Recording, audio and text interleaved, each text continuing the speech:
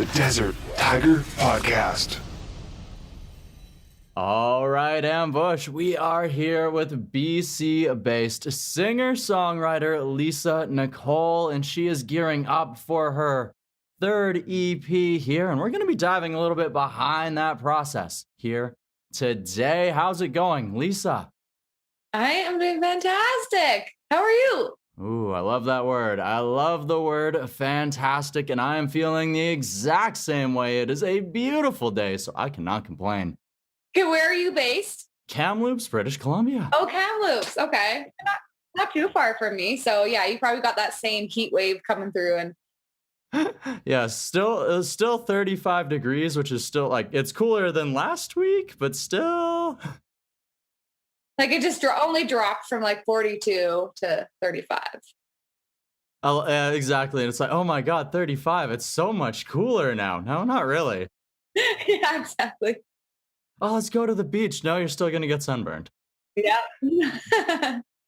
But we do our best to keep it cool and survive. And, you know, we're going to do a little bit of keeping it cool here today. So I want to lay a little bit of a foundation down for the listener, for the fan, where your last EP came out in 2016 with Come Find Me. So that's 4 years in between singles and 5 years in between albums. So that's quite a chunk of time. But of course, within the music industry, there's a lot of factors that take place that play into these things. So when did this new EP, Where the Wild Hearts Beat, when did that begin to truly take shape? Yeah, and isn't that funny? 5 years. I didn't even really think about that. It's been that long. But I guess it probably started in 2018 when I went down to Nashville to start kind of writing for the album. I mean, I'm always writing for the album. I have one song on it that I wrote probably 5 or 6 years ago down in Nashville. But then I started going down. I went down there and I lived down there for a bit to really focus on songwriting and evolving as a singer and a songwriter. And so I wrote it and came back to BC and I recorded it in, I guess, 2019. And you know what? I had plans to release it earlier, but pandemic happened. And so things just kind of got pushed back and back and back a little bit. But here, it's coming now. Of course. A lot of us had to adapt. And one thing that you mentioned there is you moved to Nashville briefly to take a little bit of time to soak in that Nashville songwriter experience. So what would you say some of those key things that you learned in that time may be? Well, I think for one, a couple things. For one, I was singing down on Broadway every day. So my vocals like improved so much, and just my playing and my songmanship. And then of course writing, I've been traveling to Nashville for about, like 8 years, and building up that songwriter base and to be able to eventually get in the room with hit songwriters. And so on the last few trips that I'd made, I was writing with hit songwriters, and that kind of puts you into a different level of songwriting. And of course, like, you always have to be prepared. Someone asked me, like, do you come in with ideas? And yes, always. You always come in with ideas and hooks and one-liners. And yeah, it was just the best. I got so much better for sure. Mm-hmm. It's crazy how many components go into writing a song, because some people think it's, oh, you just write really catchy lyrics and then somebody puts a nice beat behind it and it just goes nicely. And it's not that way at all, because from the steps of like production and everything else is like, you have to, like, there's little things that get added, and like something that was what it was at the start can end up looking so much different at the end of that final product. Yeah. So on that note, my song Count on You, which is the single that's out right now, that was that song. We wrote it down in Nashville. And when we brought it back to BC, just like put it in my suitcase and import it back. But when we were in the studio, we ended up rewriting the whole song because it was originally called Take It From a Girl. And that line's still in the song, but we flipped the meaning and it turned out way better. And also another thing about writing down there in Nashville, especially again with like hit songwriters who do this every single day for years and years, is that you write songs. One of the songs on my album, my next single, we wrote it and demoed it in an hour. And it was just like wham, bam. And didn't make any changes. So it's funny. One song will be finished in an hour and then another one, you might take a lot of different sessions and recording to really tweak it. So. And yet both of them end up becoming singles. Yeah. Oh, it's beautiful. And you mentioned bringing everything back to BC to polish it, to put those finishing touches and record it. And this album, you had the opportunity to work with CCMA winner in Jeff Johnson. So what was it like to sort of get in the studio with Jeff? What did he help to add to everything? Oh yeah, he just really brought the best out in me. And he just tried different angles all the time. Like he'd be like, okay, we've got to get you energetic. So do 10 push-ups, like literally. And I like love fitness. So I think that's why he knew I would be like into that. I'm like, oh yeah, let's go. And, but then another time he's like, okay, let's have a glass of wine and just like different tactics just to try to bring out emotion or just get the right energy flowing. And he is like a ninja. He is a musical ninja. He is so good, you know? And then also I was so fortunate because my longtime guitar player, music partner, Jason Thomas, we've been playing together for 16 years. Wow. Yeah. And he came and he recorded all the guitar parts. And he also wrote a few songs with me, all the acoustic, all the electric. And producers often work with their own favorites, you know? So I was just like so happy that he gave Jason a chance because I had so much confidence in Jason. So that was so special for me to be able to bring someone that was so close to me to record the album as well. Mm-hmm. Especially someone who helped you to craft. Sorry, pardon. No worries. Especially someone who helped you to craft those songs and maybe had that idea of what energy you were also trying to truly capture, right? Yeah, exactly. And like I said, Jason and I planned together like when I was 15. And so we just have such a good connection like that. And so that was great. Nice. Very, very happy to hear that. And of course, I want to jump into a couple of these tracks. And you happen to mention your latest single, which is at radio right now with Count on You. Very, very catchy track. Good vibes all around. Definitely a track that I feel like a lot of those radio listeners are probably catching on to themselves. So take us a little bit behind this track. You mentioned one line earlier, but take us a little bit further into Count on You. Yeah, thank you for that nice intro.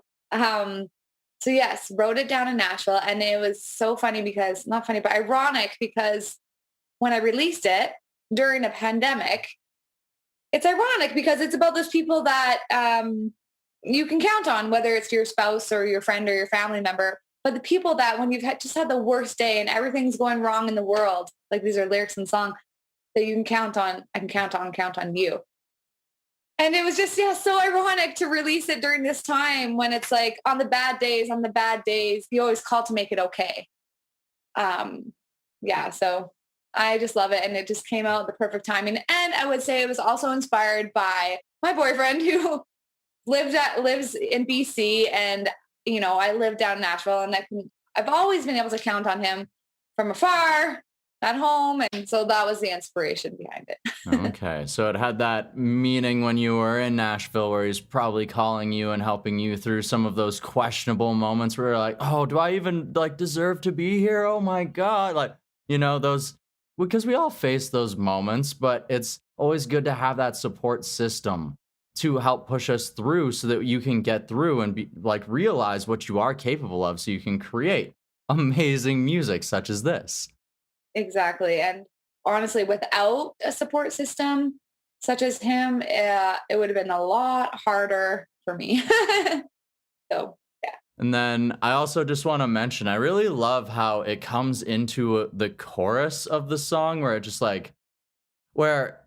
like jumps in immediately with that, and you light up the room. And it's just like, that really like that part of the song is like really what catches me, I feel. Nice. I love that line. And that was one of the lines that we rewrote. So yeah, the chorus was really what we rewrote. And yeah, I'm so happy with how it turned out. And the hook at the end, I can count on you. You can count on me too. I love it. Yeah, I'm so happy about it. Awesome. You also did a music video for this track, sort of sharing with the audience almost what it would be like for that songwriting, that studio experience, almost taking your fan behind the scenes that way. Yeah, that was the point.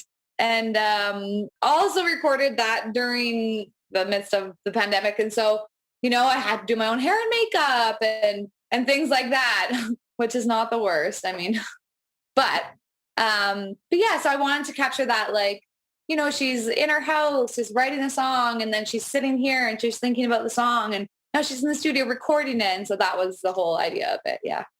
Awesome. It's beautiful because it's just like I said, it shows the steps, it shows the progression that goes into things. Because sometimes a music video is just like, okay, so we're going to take something that might be an interpretation and we're going to build like a little mini movie to it. Whereas sometimes this is sort of like that VH1 sort of thing where behind the music, right? Yeah, totally. Yeah. I love it. I love it. And you also mentioned that you've got another single coming out right away here too.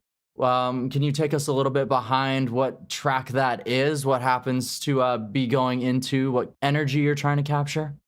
So this one's like, last summer I released a really fun kind of summer song, which is called Do Your Thing. And this next single is also the other really fun kind of summery song. And yeah, we also just recorded a music video for it here in the Kootenays.